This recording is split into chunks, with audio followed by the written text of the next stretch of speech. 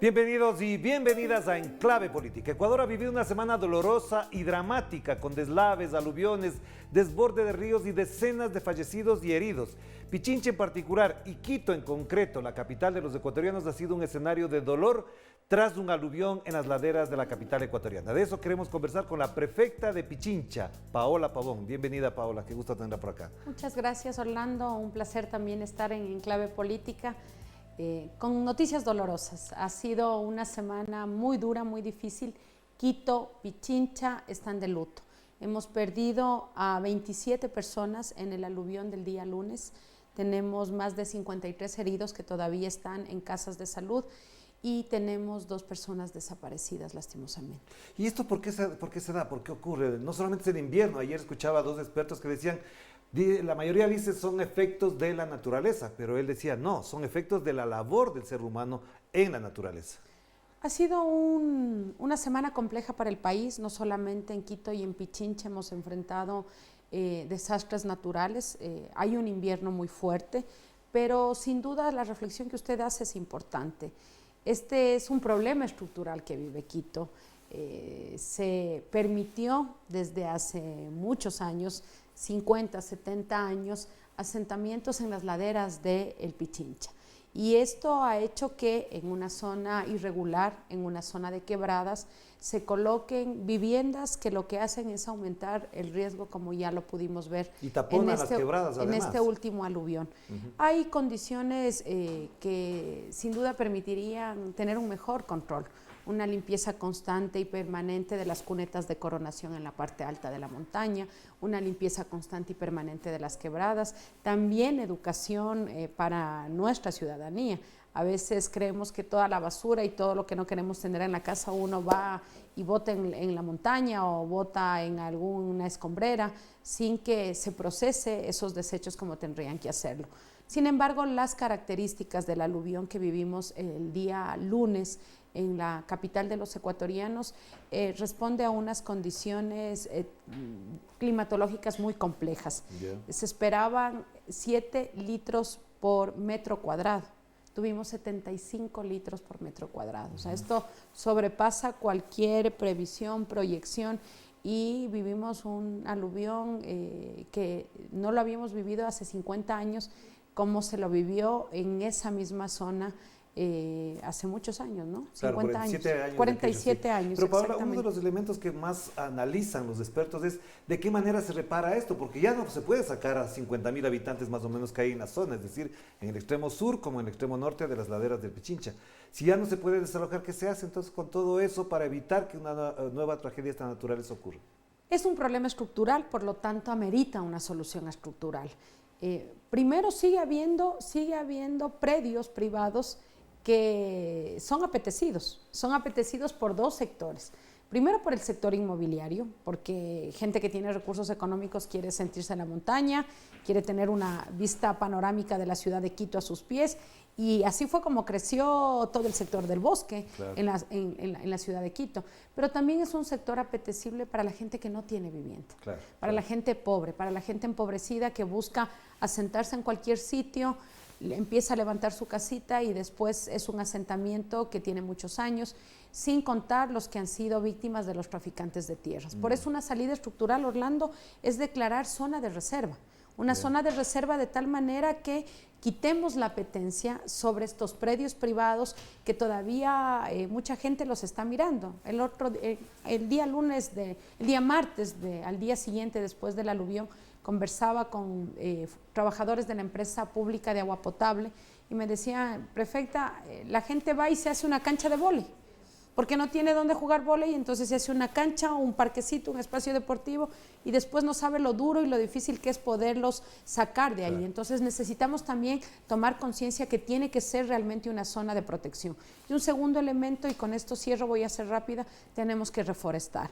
Nosotros como Prefectura de Pichincha tenemos previsto nuestro plan de reforestación, continuamos con nuestro plan de reforestación, la segunda fase estaba prevista para finales de febrero, inicios de marzo, tenemos 200.000 plantas que queremos plantarlas, priorizaremos estas zonas que generan mayor incertidumbre, dificultad, pero nuestra meta es llegar a 1 millón, así que estamos haciendo grandes esfuerzos con la academia. Hemos recibido ya la respuesta de la Universidad Católica, que se sumaría también a este plan de reforestación masivo, que lo haremos en la capital de los ecuatorianos. Perfecto, le decía esto porque parecería que es un problema particular de una u otra ciudad, pero parecería también al mismo tiempo que no se entiende la dimensión de un problema que es estructural en América Latina. Capitales como Bogotá, ciudades como Medellín, en Brasil en algunos casos, Perú, Venezuela mismo, cuando La Guaira hace algunos años ya fue un drama impresionante, creo que fueron 50.000 personas fallecidas en La Guaira. Esos son problemas estructurales que no se resuelven solamente con ONGs, con comunidades, con comités barriales,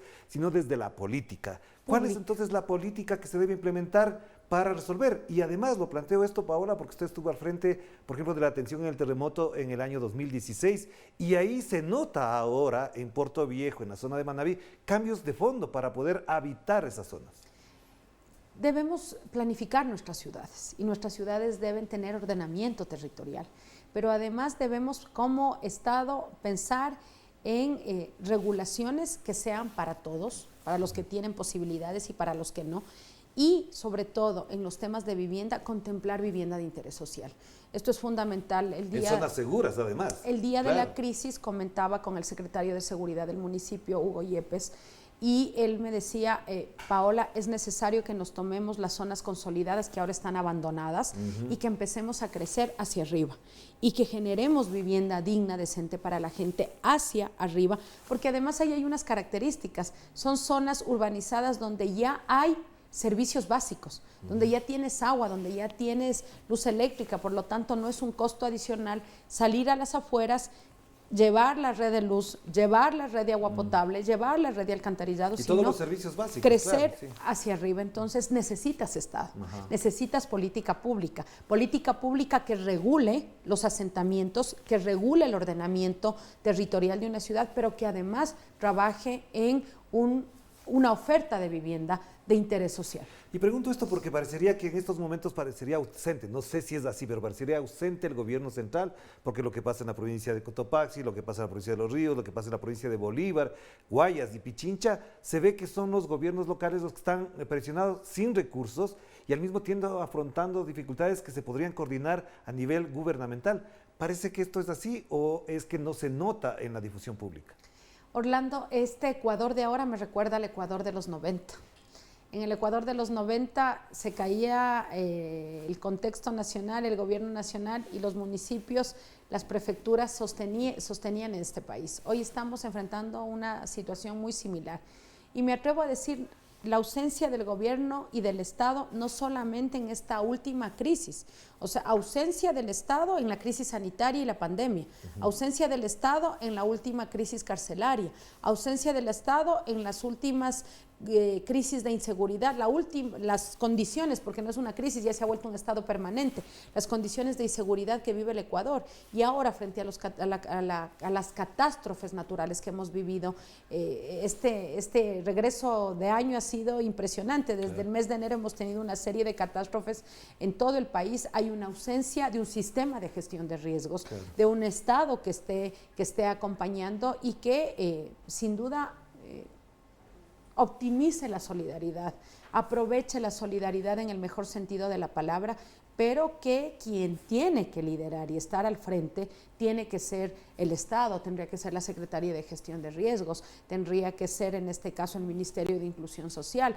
A eso estábamos acostumbrados en este país, estábamos acostumbrados a una presencia fuerte del Estado, no desde la caridad, sino desde la política pública. Pero Paola, parecería que el austericidio, la austeridad sale cara, porque en la práctica no tenemos personal en las cárceles, no tenemos personal para atender riesgos y emergencias de esta naturaleza, no hay equipamiento, por ejemplo, para resolver los problemas de derrames petroleros en la Amazonía, y lo que ha pasado en Quito da cuenta que, por ejemplo, no hay suficiente recurso humano, material y técnico para atender de inmediato esto, porque el día lunes de la noche veíamos su presencia en la zona, el martes igual, pero no veíamos, por ejemplo, a atender luz, energía eléctrica para poder entrar. Entonces, este austericidio nos está saliendo muy caro a los ecuatorianos. Esa es la diferencia de los modelos de desarrollo. Hay un modelo de desarrollo que plantea que lo que usted acaba de relatar no es un gasto, es una inversión. Usted invierte en médicos, invierte en profesores, invierte en policías, invierte en patrulleros, invierte en capacitación a nuestro personal de guías penitenciarios, buenos salarios que permitan tener condiciones para combatir las tentaciones de la delincuencia y del narcotráfico. Usted entiende eso como inversión social. Hay otra política, una política que viene del neoliberalismo, que entiende esto como gasto y como un exceso de gasto y como parte de un Estado obeso. Entonces, la primera reacción, reducir lo que significa tener condiciones para que un Estado tenga que hacer y cumplir su rol, que es ordenar, regular, poner unas reglas claras, porque esto no puede quedar en las manos ni del narcotráfico, ni en las manos de la caridad, ni en las manos de una serie de grupos y también las manos del mercado. Por eso es importante un Estado que esté presente, un Estado que regule y un Estado que emita política pública para proteger a los ciudadanos y ciudadanas. Hagamos la primera pausa entonces, Paola, para volver enseguida a seguir comentando sobre lo que implica además de este año para Pichincha. No se olviden que además en este país, en esta ciudad, se dio la batalla de Pichincha hace 200 años y estamos empezando este proceso de celebración y conmemoración del bicentenario de Pichincha. Hagamos la pausa.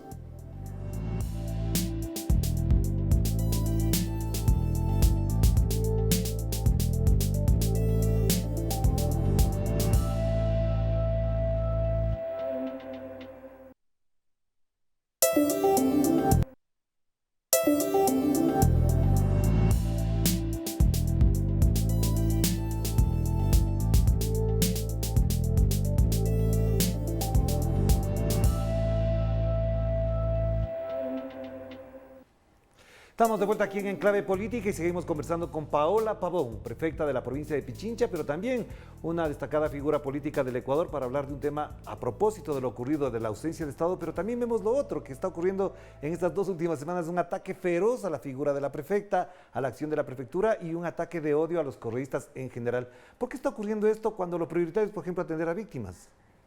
Orlando, estos días reflexionaba que me sentía muy cercana a esta última película de Leonardo DiCaprio, No mires hacia arriba, porque mientras hay una dura realidad en el país, mientras tenemos una crisis sanitaria producto de la pandemia, que este Estado lleva más de 2 años sin poder responder, la inseguridad que ha aumentado en las calles, el número de muertes violentas, a lo cual este país no estaba acostumbrado.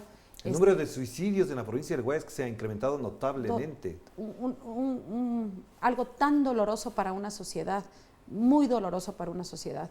Una crisis carcelaria que no para. Esta semana, en medio de todos los dramas que vivimos, hubo nuevamente incidentes en la cárcel del Litoral.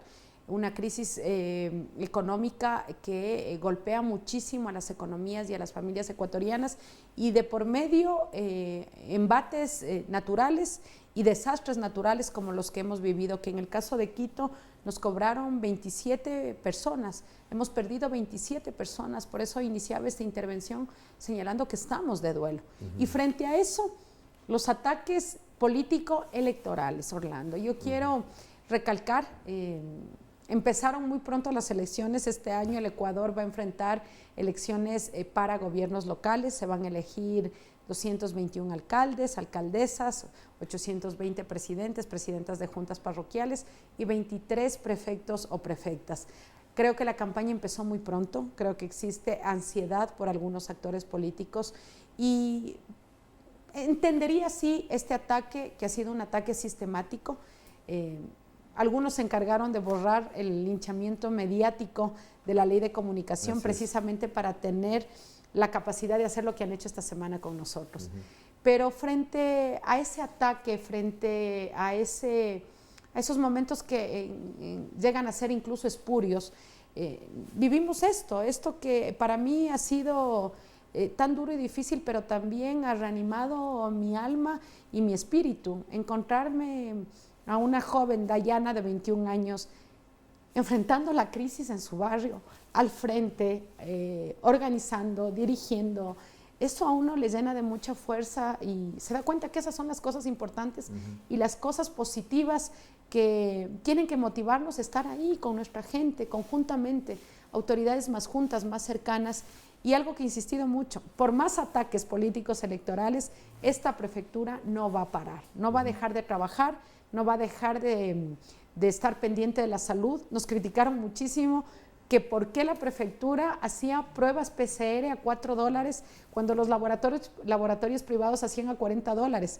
Lo que me habría gustado es que pregunten por qué no hay alguien que regule en medio de una pandemia y de una crisis sanitaria que los laboratorios privados estén haciendo pruebas a $40 cuando tenemos la capacidad, obviamente, desplegando el Estado como tiene que ser, la relación con la academia, porque hemos hecho la relación con la academia, con las universidades para enfrentar la crisis sanitaria, que nos permitan generar un subsidio para la gente que más necesita. No vamos a dejar de hacer pruebas rápidas, no vamos a dejar de hacer obras, no vamos a dejar de tomar decisiones también duras, difíciles, como la tasa solidaria para mejorar la vialidad en Pichincha, y no vamos a dejar de conmemorar el Bicentenario, porque parecería, Orlando, que como no tienen por dónde atacar esta gestión, han buscado banalizar la cultura. Y eso también es doloroso para un pueblo, porque el pensamiento histórico, el pensamiento político de una nación se construye con hitos como los del Bicentenario. El Bicentenario que nada más y nada menos nos permite procesar 200 años de vida republicana y no solamente ir a la gesta del 24 de mayo de 1822 con la batalla de Pichincha, que es la gesta que cierra las luchas libertarias, las guerras libertarias, sino que además nos permite ver en retrospectiva cómo este país se ha ido forjando. Las luchas que hemos tenido que vivir las mujeres para ser ciudadanas de primera, porque en la primera Constitución de 1830 éramos ciudadanas de segunda, claro, no teníamos derecho a la educación ni al voto. ¿Cómo logramos la educación? ¿Cómo logramos el acceso al voto? ¿Cómo logramos el derecho a la paridad y a la alternancia en los cargos de representación política? O la lucha de los pueblos indígenas, que también ellos eran ciudadanos de tercera, estaban solamente dedicados para actividades serviles, cómo poco a poco van logrando y conquistando, y en ese paso hombres y mujeres maravillosas como Dolores Cacuango, Tránsito Amaguaña, que han sido mujeres insignes de la lucha femenina, de la lucha del pueblo indígena, pero también de un Ecuador más justo, más solidario, en donde todos y todas tengamos derecho. Pero eso es el Bicentenario. A propósito que lo menciona además, porque en la gesta del Pichincha había ciudadanos de Venezuela, de Bolivia, de Perú, de Colombia, había ingleses y alemanes, es decir, en ese momento no se llamaban los países así, no se llamaba Venezuela, no se llamaba Bolivia, sí, pues estamos de acuerdo. Pero esta gesta parecería que nos integra a los latinoamericanos para construir y fortalecer una identidad. Y esto parecería que incluso a ciertos sectores neoliberales no les gusta, porque ahora se han desatado incluso unas corrientes libertarias y prohispánicas en el Ecuador, que dicen que nuestro vocero ante Europa debería ser incluso España y no los ecuatorianos, por ejemplo. ¿Cómo es que ocurre este momento tan doloroso para entender que la historia se trastoque y ahora tengamos que pedir representación a España? Mire, esto me recuerda a una de las últimas conferencias magistrales que dio la vicepresidenta de Argentina, Cristina Fernández de Kirchner, ahora en la toma de posesión de la primera mujer presidenta, Xiomara, en Honduras, y ella hablaba de que los pueblos siempre vuelven. Y nuestros pueblos, desde las épocas de la colonia, han venido bregando por lograr su libertad, por lograr una libertad que implique acceder a una vida digna y a sus derechos. Y sin embargo, la historia hace que una historia que no es lineal, sino que tiene sus oleajes, que tiene sus avances y también tiene sus retrocesos, hace que también los sectores retardatarios arremetan contra esas victorias. Y parte de la reflexión de este Bicentenario es cuán libres somos. ¿Cuán libres somos si en este momento, 200 años después, hay muchos niños que no están yendo a la escuela? Porque eso está pasando en este país. A propósito de la pandemia, muchos niños no están yendo a la escuela. Claro. Muchos niños que no tienen acceso a un teléfono, a internet, a una tablet, no pueden ir a las clases virtuales porque simplemente no tienen las condiciones. ¿Cuán libres somos si una madre de familia no tiene la posibilidad de todos los días garantizar las 3 comidas para sus hijos? ¿Cuán libre es esa madre? ¿Cuán libre es ese padre de familia que no tiene acceso a un trabajo? Por lo tanto, estas son las luchas permanentes y por eso Los pueblos siempre vuelven con un pensamiento progresista y la necesidad de reivindicar una sociedad más justa, una sociedad en donde estemos todos y todas, una sociedad en donde no prime el capital, donde prime el ser humano, donde el capital esté al servicio del ser humano. Y por eso para nosotros es importante reflexionar sobre el Bicentenario, Orlando. Una de las críticas que hemos tenido para que la puedan dimensionar quienes nos miran desde otras partes del mundo, nosotros tenemos un presupuesto del cual hemos destinado este año solamente el 2% para cultura y obviamente para el Bicentenario. Me habría encantado que las condiciones nos permitan hacer una mayor inversión. Como lo hizo México, como lo hizo Perú, como lo haría Colombia, como lo hizo Argentina. Hicieron un Bicentenario maravilloso porque no solamente recordamos la gesta, sino hombres y mujeres con nombre y apellido que estuvieron al frente de esas luchas y que son nuestros héroes y nuestras heroínas y los que con su accionar y su legado nos motivan a que las nuevas generaciones levanten sus luchas. Y gracias a ellos tenemos república, además, si no seríamos una colonia todavía. Pero para cerrar entonces, prefecta, hay un elemento que es clave en todo esto. ¿Qué es Pichincha? Porque usted preside la provincia de Pichincha y cuando le escuchamos a Chávez, cuando le escuchamos a personajes de Colombia, siempre mencionan a Pichincha como ese ícono de la historia de la libertad y de la independencia de América Latina. ¿Qué es Pichincha entonces? Mire, Pichincha es un territorio que acogió a hombres y mujeres de avanzada. Cuando uno piensa en mujeres como Manuela Chussi, que fue una de las primeras mujeres que sostuvo ideológicamente la necesidad de la libertad. Cuando usted habla de una Manuela Cañizares, una quiteña, una mujer quiteña, que no dejó una sola noche de conspirar para lograr la independencia, y habla de una Manuela Sáenz, que es la irreverencia absoluta, que no solamente... Y una de las primeras feministas de América Latina. Además. No solo una mujer de avanzada. Eso es Quito. Y Quito tuvo una influencia sobre los procesos libertarios de América Latina. No nos olvidemos nunca lo que eso significó. Las gestas de 1809, las gestas de 1812, que terminan luego en la batalla de Pichincha el 24 de mayo de 1822. Por lo tanto, recordemos que es en Ecuador donde se da ese abrazo de Bolívar y ese abrazo de Martí, que después de haber logrado liberar al Ecuador están pensando cómo avanzan hacia el Perú y quién lidera estas gestas libertarias. Eso es, porque en este momento Pichincha es una provincia con 8 cantones que tiene Quito, pero antes esto era la Real Audiencia de Quito y finalmente era casi todo el Ecuador. Y después fue el Departamento del Sur. Por lo tanto, claro, hablar de la batalla de Pichincha, hablar del Bicentenario, hablar de la Pichincha Bicentenaria es hablar de la independencia del Ecuador. Y a veces siento que quieren quitarnos ese orgullo a los quiteños y a los pichinchanos, ese amor propio de sentirnos herederos de todo ese legado, de ese pensamiento internacionalista de Bolívar y Sucre, de ese pensamiento libertario de Manuela Sáenz, de ese Ecuador irreverente frente a la presión española y a la presión de la colonia. No podemos olvidarnos de eso porque ese es el ADN que tenemos los quiteños y los pichinchanos y por eso estoy convencida que frente a estas adversidades saldremos adelante. ¿Y cómo van a celebrar el Bicentenario entonces? Vamos a celebrar de muchas maneras. Primero tenemos una jornada que va a durar todo el año. Vamos a hacer el lanzamiento del Bicentenario Orlando el 18 de febrero. Vamos a anunciar varios acontecimientos. Queremos hacerlo en los barrios de Quito, queremos hacerlo en las parroquias rurales de Pichincha.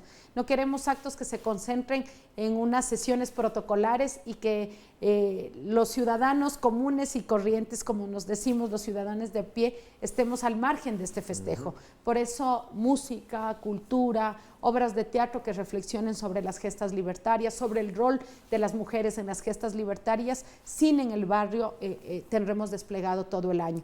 Adicional a eso, vamos a tener también una jornada internacionalista. Vamos durante cada mes a generar actividades con estos países bicentenarios que usted acaba de mencionar. Tenemos una predisposición muy importante de las embajadas de los países, estamos hablando con México, con España, con Francia, estamos hablando también con Perú, que está muy interesado, con Bolivia, es decir, tenemos... Con Chile ahora que tendrá nuevo gobierno también. que es una de las últimas alegrías, juntamente con lo de Honduras que hemos vivido quienes creemos en los procesos progresistas en América Latina. Así que habrá una jornada internacionalista también de conmemorar este bicentenario. Y también parte de uno de los temas polémicos de estas 2 semanas, queremos dejarle un legado a Quito, un legado que pueda ser admirado en el tiempo y en el espacio. Y hemos escogido el muralismo. Creemos que el muralismo es una de las expresiones artísticas más fuertes y más identitarias en América Latina. Estamos planificando para el 24 de mayo poder entregar a la ciudad de Quito, al patrimonio de la ciudad de Quito, de esta provincia, un mural de 600 metros que pueda recordar que este 24 de mayo del 2022 son 200 años que este país obtuvo su libertad. Y es además en las manos de Pavel Leeuw, reconocido muralista, quizás el único más destacado del Ecuador en estos momentos, que además tiene murales en Venezuela, por ejemplo, que es la audiencia que más nos escucha. Gracias, Paola. Muchísimas gracias. Gracias por estar con nosotros. Gracias a Paola Pavón, prefecta de la provincia de Pichincha, a propósito de lo ocurrido en esta semana, lamentablemente, en esta ciudad, en Quito, y también a propósito de lo que hay que hablar siempre, de la cultura, del patrimonio y, por supuesto, del bicentenario de la batalla de Pichincha, que será recordada, por supuesto, también por varios actores y varias personas que sabemos que de la historia hay que hablar mucho. Gracias, Paola, entonces.